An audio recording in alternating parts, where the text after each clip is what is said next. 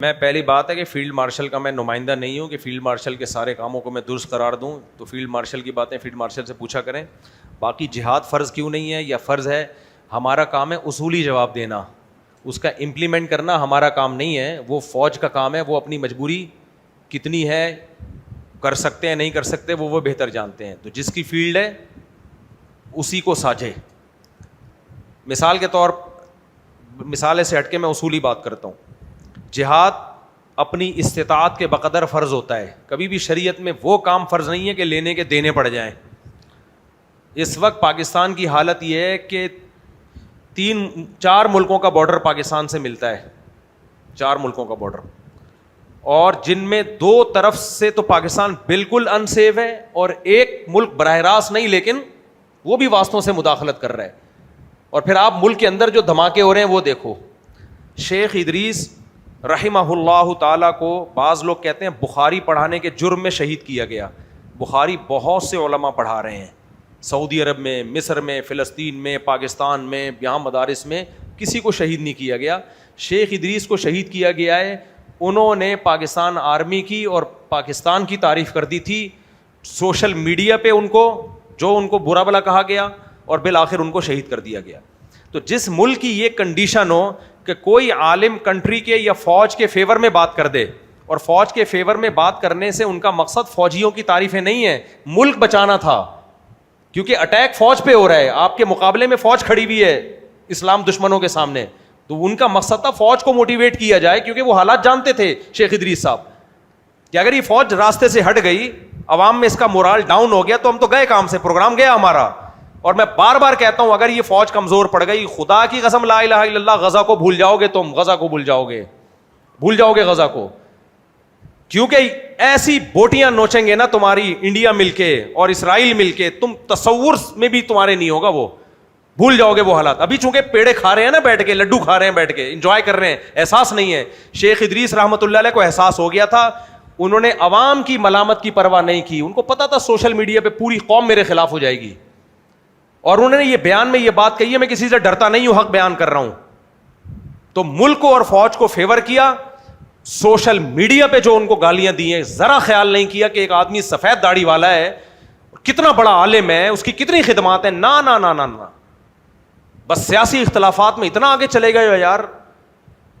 تو پہلے social media پہ 15-20 دن طوفان بدتمیزی, اور پھر ان کو جان سے مار دیا.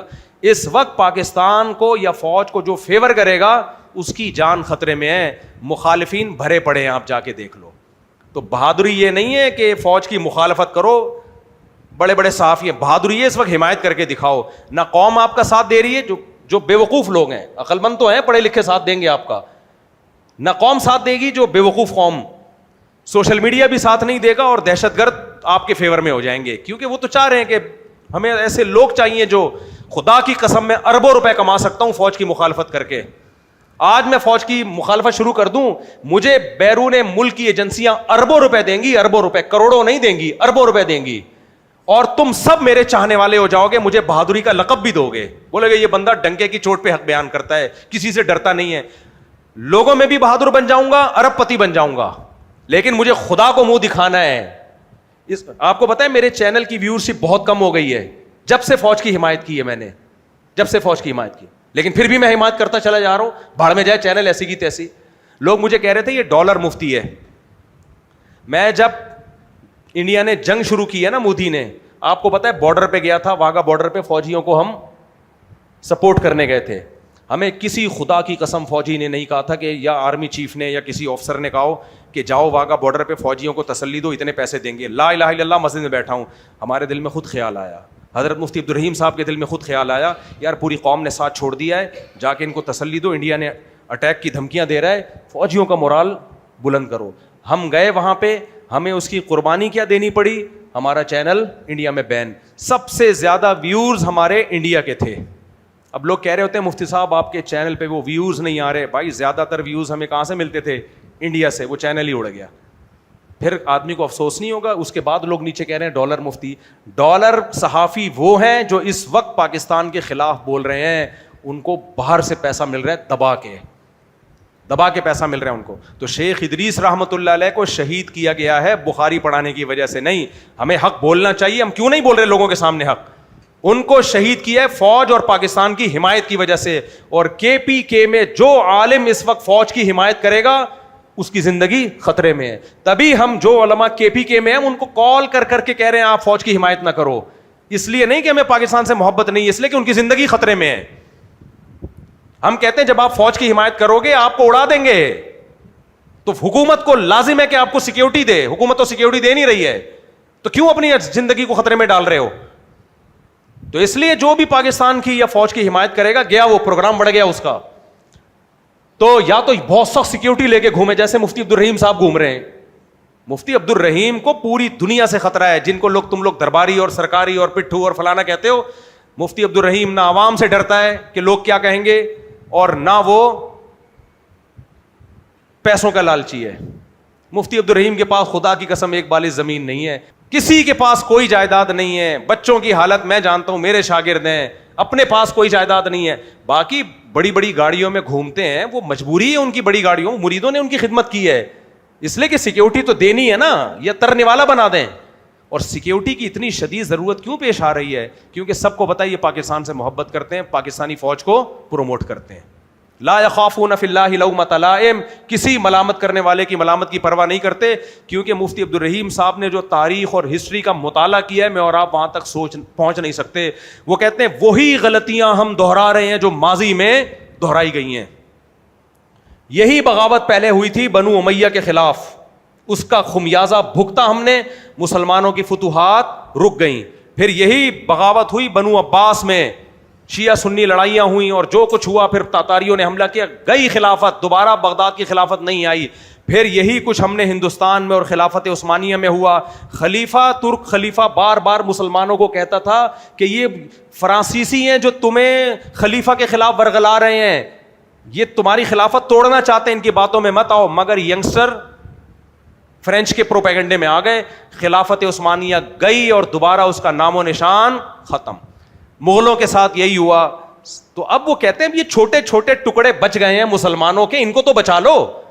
اب بھی خلافت کی تحریکیں چل رہی ہیں, خلیفہ نہیں آئے گا, جو رہی صحیح طاقت ہے اس کا بیڑا غرق ہو جائے گا. اس لیے جو خلافت کے نام پہ کہہ رہے ہیں نا اسلامی ملکوں میں خلافت قائم کرنی ہے, ان کو بولے کمبختو جاؤ انڈیا میں خلافت قائم کرو, جا کے جو خالصتاً کافر ملک ہیں, جاؤ امریکہ میں کینیڈا میں جاؤ نا, وہاں بالکل کچھ نہیں بولتے, وہاں کچھ نہیں بولتے. اور وہاں جا کے خلافت کی بات کرو, ان کی ایجنسیاں چمڑیاں ادھیڑ دیتی ہیں تمہاری, صحیح کرتی ہیں ان کے ساتھ بالکل. ان کو یہ ملک ملا ہوا ہے کیونکہ ملک اسٹیبل نہیں ہے, چاروں طرف سے اٹیک ہو رہے ہیں, بلوچستان الگ, کے پی کے میں الگ. ایسے موقع پہ بھائی فوج, اچھا کہتے کیا یہ فوج خود ہی کروا رہی ہے. ایک مولانا صاحب بیان کر رہے ہیں فوجیوں پہ اٹیک ہوتا ہے تو قاتل پکڑے جاتے ہیں. بھائی لیفٹیننٹ کرنل کو اڑایا ہے رمضان میں, کوئی قاتل نہیں پکڑا گیا. سب سے زیادہ دہشت گردی کی وارداتوں میں فوجیوں کے ٹرک بموں سے اڑے ہیں, قاتل پکڑے گئے. تو آپ کیوں عوام میں کنفیوژن پیدا کر رہے ہو؟ چاہے فوجیوں کو قتل کریں, چاہے علماء کو قتل کریں, عوام کو قتل کریں, ہماری نظر میں سب کیا ہیں؟ برابر ہیں. جو دہشت گرد مولانا ادریس رحمۃ اللہ علیہ کے جنہوں نے شہید کیا, وہی فوجیوں پہ بھی اٹیک کرتے ہیں, وہی ایف سی کے اہلکاروں پہ بھی اٹیک کرتے ہیں, وہی علماء کو بھی شہید کرتے ہیں. ہماری نظر میں ان میں کوئی فرق نہیں ہے. ابھی ہمارے ایک ریلیٹو بنو میں شہید ہوا ہے, بیچارہ پولیس میں تھا, اڑا دیا. اس کا کیا قصور یار؟ بے گناہ عوام کو تم مار رہے ہو, قتل کر رہے ہو. تو اس لیے میرے بھائی فوج سے آپ 100 دفعہ اختلافات کرو, لیکن ایز اے ادارہ عاصم منیر کی ذات ہماری نظر میں اس کی ویلیو نہیں ہے. آرمی چیف آتے ہیں جاتے ہیں, اچھا بھی آئے گا کبھی برا بھی آئے گا. اگر مفتی عبد الرحیم کہتے ہیں عاصم منیر اچھا آدمی ہے, آپ اختلاف کر لو, کہہ رہے نہیں اچھا آدمی نہیں ہے, اس سے ان کی صحت پہ کوئی فرق نہیں پڑے گا. کوئی باجوہ کو اچھا کہے گا, کوئی برا کہے گا, کوئی مشرف کو اچھا کہے گا, کوئی برا کہے گا. لیکن بات ہے ایز اے ادارہ, ایک ہے آرمی کے سربراہ ہونے کی حیثیت سے جب آپ بغاوت پیدا کرو گے, سربراہ ہونے کی حیثیت سے, برائی کے مقصد یہ ہوگا کہ لوگ اطاعت سے ہاتھ کھینچ لیں. یہ بھائی اپنے پاؤں پہ کلہاڑی مار رہے ہو. سب سے پہلے اسلام اور ملک میں سب سے پہلے پاکستان, اس پہ کوئی کمپرومائز. اور اسلامی ہمیں کہتا ہے ملک بچاؤ, اجتماعیت بچاؤ, یہ اسلام ہی کا حکم ہے. تو اس لیے ہمیں بچانا پڑے گا. اس لیے ہوش کے ناخن لینے پڑیں گے. مخالفت میں حد سے آگے جانے کی کوشش مت کرو. السلام علیکم مفتی صاحب. بھائی جہاد جو کرنے والے ان سے پوچھو نا, وہ کہیں گے ہم اپنے آپ کو بچائیں یا آگے بڑھ کے حملہ کریں. یہ تو سوال پیدا ہوتا ہے انڈیا سے جہاد کیوں نہیں کرتے. سب سے پہلے تو پڑوس میں وہ ہے نا. آپ افورڈ کر سکتے ہو. جب یہ جنگ آپ شروع کرو گے تو افورڈ کر پاؤ گے کہ نہیں کر پاؤ گے؟ آپ یہ برداشت کر پاؤ گے کہ نہیں کر پاؤ گے؟ یہ سچویشن دیکھ کے فیصلہ کیا جاتا ہے. اور یہ جنگ ہو چکی ہے ماضی میں, اس کے نتیجے میں اسرائیل بڑا ہی ہوتا گیا, چھوٹا نہیں ہوا ہے. تو یہ سب میں فیور نہیں کر رہا. ہو سکتا ہے ان پر جہاد فرض ہو, نہ کر رہے ہو, مجرم بن رہے ہو, لیکن جب تک آپ کے سامنے پوری معلومات نہیں آئیں گی آپ رائے نہیں دے سکتے. مفتی یہ کہے گا کہ طاقت جب ہو تو جہاد فرض ہے. اقدامی جہاد کی بات ہو رہی ہے, دفاعی کی نہیں. نبی کی سیرت سے جو مثالیں دی جاتی ہیں وہ سب دفاعی جہادوں کی دی جاتی ہیں. اقدامی میں ہمیشہ طاقت دیکھ کے لڑائی کی گئی ہے. تو اقدامی جہاد جب تک آپ میں طاقت نہ ہو, قرآن میں صاف طور پہ اللہ نے کہا ہے, شرط لگائی ہے کہ طاقت ہوگی تو لڑو گے ورنہ نہیں. یہ تو قرآن کی آیتیں میں کئی بار پڑھ کے سنا چکا ہوں. تو اب آپ اپنے کنٹری کو اس حیثیت سے دیکھو کہ آپ کے اپنے کنٹری میں بلوچستان ٹوٹنے کی باتیں ہو رہی ہیں, اور ادھر KPK میں جو دھماکے خوارج لوگ کر رہے ہیں, آپ کے فوجی بھی جا رہے ہیں. اس میں زیادہ قربانیاں تو یہ بیچارے رنگ روٹ فوجی دے رہے ہیں. FC کے اہلکار بھی شہید ہو رہے ہیں, آپ کے علماء بھی شہید ہو رہے ہیں. آپ کے اس کنڈیشن میں آپ مشورہ دے رہے ہو کہ اٹھ کے دھماکہ کر دو وہاں پہ. تو وہی بات ہو گئی, میں جو واقعہ سناتا ہوں نا, ایک حکیم نے چورن دیا کہ بھینس کو کھلاؤ. ایک آدمی کی بھینس کو قبض ہو گیا, حکیم نے کہا یہ جمال گوٹا چورا کر کے بھینس کو کھلاؤ. اس نے کہا کھلاؤں کیسے, وہ تو منہ سے نکال دیتی ہے. اس نے کہا پائپ ڈالو بھینس کے منہ میں, اور ادھر منہ میں پائپ رکھ کے دوا ڈالو اور پھونک مارو زور سے, دوا چلی جائے گی اس کے پیٹ میں. کچھ دن بعد حکیم صاحب آئے, پتہ چلا وہ بندے کا تو انتقال ہو گیا. تو لوگوں سے پوچھا بھائی پائپ منہ میں رکھا تھا؟ انہوں نے کہا ہاں رکھا تھا. پھونک ماری تھی؟ کہنے بھینس نے پہلے مار دی تھی, بھینس نے پھونک پہلے مار دی تھی. السلام علیکم. تو پاکستان یہ جنگ افورڈ کر پائے گا کہ نہیں کر پائے گا؟ کیونکہ یہ ایک ملک کی بات نہیں ہوتی, پھر ایک پوری ایک عالمی جنگ شروع ہوتی ہے اس سے. پاکستان ابھی بھی اس جنگ میں ان ملکوں کا ساتھ دے رہا ہے جو اسرائیل, ایران جو اتنی بدماشی دکھا رہا ہے نا, پیچھے کون ہے؟ پاکستان کی سپورٹ ہے, پاکستان کی سپورٹ ہے پیچھے. لیکن سارا کچھ یہیں سے گیم ہوا ہے کہ بھائی ان کو بھی پاورفل بناؤ. سعودی عرب پیچھے پاکستان ہے, تو اب پاکستان کہے گا کہ میں اپنے آپ کو بھی بچاؤں, ایران کو بھی پیچھے سے تھپکیاں میں دوں, اور پھر انڈیا سے پہلے ایک جنگ ابھی ہو چکی ہے, اور آپ کے جو قریب ترین دو ملک ملتے ہیں وہ سارا مسئلہ انڈیا وہاں کے ذریعے بھی پھیلا رہا ہے سب کچھ. پیٹرول کہاں سے کہاں پہنچ گیا اور پاکستان اڑ کے ڈشن. جب یہ کرے گا نا تو سب سے پہلے آپ بولو گے بھائی خدا کے لیے ہمیں روٹی دو, ٹھیک ہے نا. تو وہ والے کام نہیں کرنے چاہیے جو جاپان نے کیے تھے. سوال پوچھو میرے بھائی. السلام علیکم مفتی صاحب, میرا نام نور. ایک بس آخری بات, آپ یہ کہہ سکتے ہو پاکستان اپنی ذمہ داری پوری کیوں نہیں کر رہا؟ ہاں یہ سوال بند. دیکھو جہاں تک فوج کا معاملہ ہے نا, فوجی لوگ ذمہ داری پوری کر کے کسی کو بتاتے نہیں ہیں. کچھ کام کیے جاتے ہیں آفیشلی بتائے نہیں جاتے ہیں, تو بہت سارے کام ہو رہے ہوتے ہیں, لیکن پبلک کہتی ہے ہمیں بتاؤ, ہمیں بتاؤ کون سا پٹاخہ پھوڑا ہے وہاں پہ, کون سا بم چلایا ہے وہاں پہ, ہمیں بتاؤ. ایسا نہیں ہوتا میرے بھائی. اور پھر چلو مخالفت کرو, مخالفت میں اپنے ملک کے خلاف لوگوں کو کر دینا جو اسرائیل چاہتا ہے. اسرائیل تو چاہتا ہے یہاں بھی بغاوت کھڑی ہو تاکہ فائدہ ہو ہمیں. چلے بھائی. السلام علیکم مفتی صاحب, کیا حال ہے, خیریت ہے؟ الحمدللہ. آپ ابھی بیان میں یہ فرما رہے تھے کہ علم دو طرح کے ہوتے ہیں, ایک علم عمق اور دوسرا جب آپ حکمت, تو وہ آپ نہیں بتاتے تھے. حکمت بس یہ میرا سوال تھا. حکمت کے یعنی کون سی علم کی بات کس طریقے سے کب بیان کرنی ہے. یہ جلدی ماشاء اللہ صلو. جی السلام علیکم. آپ سے سیلفی لینی ہے. ابے بعد میں میرے بچے, بعد میں. دیکھو ایک سیلفی لوگے نا اتنے سارے لوگ, تو میں کس کے ساتھ سیلفی لوں گا پھر کبھی انشاءاللہ.